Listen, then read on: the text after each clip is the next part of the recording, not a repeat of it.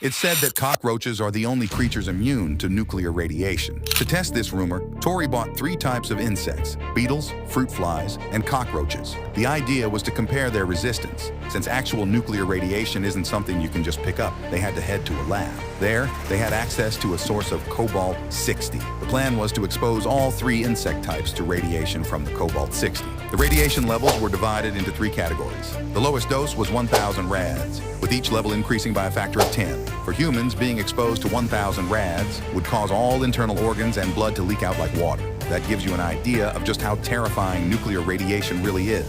But can insects actually survive that kind of damage? Let's find out. The 3 types of insects were placed into specially designed containers. Then, the 1,000 rad test began. Once everything was set up, the shocking radiation exposure started. Radiation is invisible to the naked eye, but what you're seeing now is the insects being bombarded with nuclear radiation. After 3 minutes of exposure, all the insects were still alive and kicking. Experts explained that the effects of radiation exposure don't show up immediately. Next, a second and third batch of insects were tested at 10,000 rads and 100,000 rads, respectively. All the insects exposed to 100,000 rads died instantly. As for the first and second groups, their samples were taken back to the lab for further observation. After 30 days of monitoring, most of the cockroaches were still alive and had even grown.